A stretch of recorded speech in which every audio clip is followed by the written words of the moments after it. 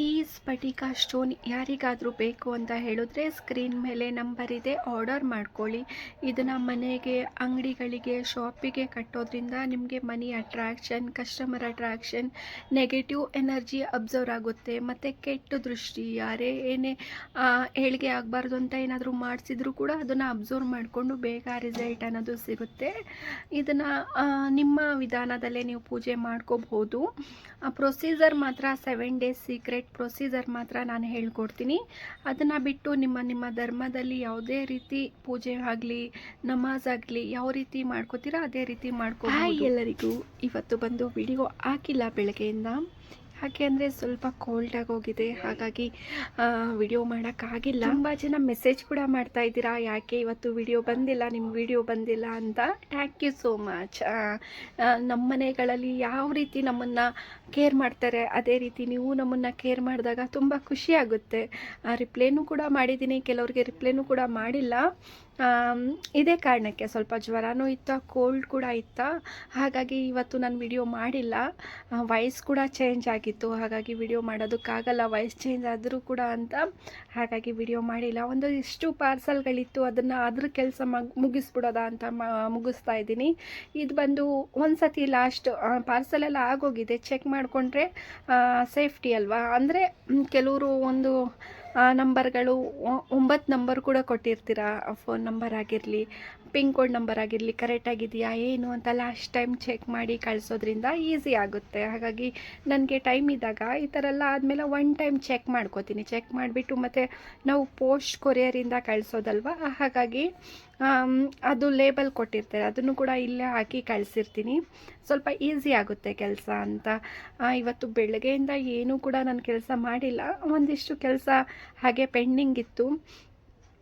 ಸರಿ ಓಕೆ, ಇದನ್ನು ಕೂಡ ಮಾಡಿ ಮುಗಿಸ್ಬಿಟ್ರೆ ಈ ಕೆಲಸ ನನಗೆ ಮುಗಿಸಿದ್ರೆ ಎಲ್ಲ ಕೆಲಸ ಆದ ಹಾಗೇನೆ. ಯಾಕೆ ಅಂತ ಹೇಳಿದ್ರೆ ಇದು ತುಂಬ ಜನ ಸ್ವಲ್ಪ ಒಂದಿನ 2 ದಿನ ಲೇಟ್ ಆಗೋದ್ರೆ ಯಾಕೆ ಬಂದಿಲ್ಲ ಅಂತ ಕೇಳ್ತಾ ಇರ್ತೀರಲ್ವ, ಹಾಗಾಗಿ ನಾನು ಇದನ್ನು ಬೇಗ ಮುಗಿಸ್ಬೇಕು ಅಂತ ಮುಗಿಸ್ಕೊತಾ ಇದ್ದೀನಿ.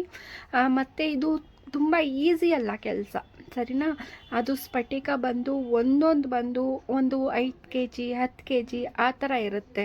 ಅದನ್ನು ಬಂದು 1 kg ಅಷ್ಟು ನಾವು ಕಟ್ ಮಾಡಿ, ನನ್ನ ಹಸ್ಬೆಂಡ್ ಬಂದು ಎಲ್ಲ ಕಟ್ ಮಾಡಿ ಕೊಡ್ತಾರೆ. ಕಟ್ ಆದಮೇಲೆ ಬಬಲ್ ರ್ಯಾಪ್ ಏನಿರುತ್ತೆ ಅದು ಬಬಲ್ ರ್ಯಾಪ್ ಮಾಡ್ಕೋಬೇಕು. ಕ್ಲೋಸ್ ಮಾಡಿ ಇಟ್ಬಿಡ್ತೀನಿ, ನಾನು ಯಾವತ್ತೂ ಓಪನ್ ಇಡೋದಿಲ್ಲ, ಕ್ಲೋಸ್ ಮಾಡಿ ಬಬಲ್ ರ್ಯಾಪ್ ಸುತ್ತಿ ಇಟ್ಬಿಟ್ಟಿರ್ತೀವಿ.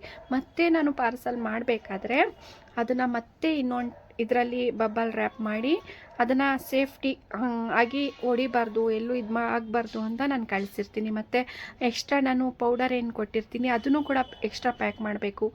200 ಗ್ರಾಮ್ ಹಾಕಿ ಅದು ಚಿಕ್ಕ ಚಿಕ್ಕ ಪ್ಯಾಕೆಟ್ಗಳನ್ನು ಮಾಡ್ಕೋಬೇಕು. ನಂತರ ಅಡ್ರೆಸ್ಸನ್ನು ಬರ್ಕೋಬೇಕು. ನಾನು ಯಾವುದೇ ಪ್ರಿಂಟೆಡ್ ಅದೆಲ್ಲ ಮಾಡಿಸಲ್ಲ. ಪ್ರಿಂಟೆಲ್ಲ ಮಾಡ್ಸೋಕ್ಕೆ ಹೋದರೆ ನಮಗೆ 10 ರೂಪೀಸ್ 15 ರೂಪೀಸ್ ಆ ಥರ ಎಲ್ಲ ಕೇಳ್ತಾ ಇರ್ತಾರೆ, ಹಾಗಾಗಿ ನಾನು ಪ್ರಿಂಟೆಲ್ಲ ಮಾಡೋಕ್ಕೆ ಹೋಗಲ್ಲ. ಮನೆಯಲ್ಲೇ ನನ್ನ ಮಗಳು ಬರ್ಕೊಡ್ತಾಳೆ, ಚಿಕ್ಕ ಪ್ಯಾಕೆಟ್ ಬಂದು ನನ್ನ ಮಗ ಮಾಡಿಕೊಡ್ತಾನೆ. ಹಸ್ಬೆಂಡ್ ಬಂದು ಸ್ಫಟಿಕದ ದೊಡ್ಡ ಏನಿರುತ್ತೆ ಅದನ್ನೆಲ್ಲ ಕಟ್ ಮಾಡಿ ಕ್ಲೀನಾಗಿ ರ್ಯಾಪ್ ಮಾಡಿ ಕೊಡ್ತಾರೆ. ಅದಾದಮೇಲೆ ನಾನು ಮತ್ತೆ ಬಬಲ್ ರ್ಯಾಪೆಲ್ಲ ಮಾಡಿ ಕ್ಲೀನಾಗಿ ಅದಕ್ಕೆ ಪ್ಯಾಕೆಟು ಹ್ಯಾಂಗಿಂಗ್ ಕಟ್ಟೋದಕ್ಕೆ ಅದನ್ನು ಕೂಡ ಹಾಕಿ ಈ ಥರ ಪ್ಲಾಸ್ಟರ್ ಎಲ್ಲ ಮಾಡಿ ಸ್ಟಿಕ್ಕರ್ ಅಂಟಿಸಿ ಒಂದು ಬ್ಯಾಗ್ಗಳಿಗೆ ಹಾಕಿ ಕಳಿಸಿರ್ತೀನಿ. ಕರೆಕ್ಟಾಗಿದೆಯಾ ಏನು ಅಂತ ಚೆಕ್ ಮಾಡಿ ಇಷ್ಟು ನಾನು ಮಾಡಿ ಕಳಿಸಿರ್ತೀವಿ. ಇಷ್ಟು ಕೆಲಸಗಳು ಇರುತ್ತೆ ಇದರಲ್ಲಿ, ಹಾಗಾಗಿ ಸ್ವಲ್ಪ ಲೇಟ್ ಆಗ್ಬೋದು ನಿಮಗೆ. ಯಾಕೆ ಲೇಟು, 1 ದಿನ 2 ದಿನ ಲೇಟ್ ಆದರೂ ಕೂಡ ಯಾಕೆ ಅಂತೀರಲ್ವಾ, ಇದೆಷ್ಟು ಪ್ರಾಪರಾಗಿ ಮಾಡ್ಕೋಬೇಕಾಗುತ್ತೆ. ಪ್ರಾಪರಾಗಿ ಮಾಡಿ ಕಳಿಸ್ಕೊಡ್ತೀನಿ. ಹಾಗಾಗಿ ಸ್ವಲ್ಪ ಲೇಟ್ ಅನಿಸ್ಬೋದು. ಇವಾಗ ಬೇರೆ ಕಡೆ ಆರ್ಡರ್ ಮಾಡಿದಾಗ ಬಟ್ಟೆಗಳು, ಸ್ಯಾರಿಗಳು ಅದು ಬಂದು ರೆಡಿ ಇರುತ್ತೆ, ಜಸ್ಟು ಅಡ್ರೆಸ್ಸನ್ನು ಪ್ರಿಂಟ್ ಮಾಡಿ ಇಲ್ಲ ಹಾಕಿ ಕಳಿಸ್ಬೇಕು. ಆದರೆ ಇದಕ್ಕೆ ಇಷ್ಟು ನಾವು ಪ್ರಿಪ್ರೇಷನ್ ಮಾಡ್ಕೋಬೇಕಾಗುತ್ತೆ, ಇದನ್ನು ಮಾಡಿ ನಾನು ನಿಮಗೆ ಕಳಿಸ್ಬೇಕಾಗುತ್ತೆ.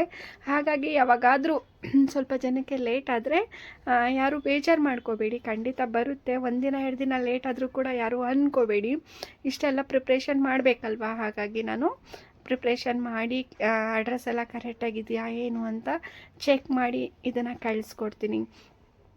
ಇಷ್ಟು ಕೆಲಸ ನನಗಿರುತ್ತೆ.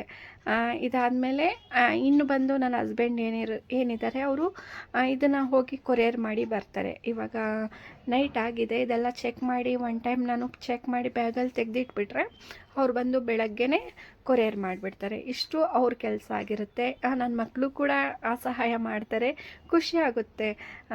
ಯಾಕೆಂದರೆ ನಾನು ಜಾಸ್ತಿ ಅಮೌಂಟ್ ಇಸ್ಕೊಂಡು ಪ್ರಿಂಟೆಡ್ ಎಲ್ಲ ಮಾಡ್ಕೋಬೋದು.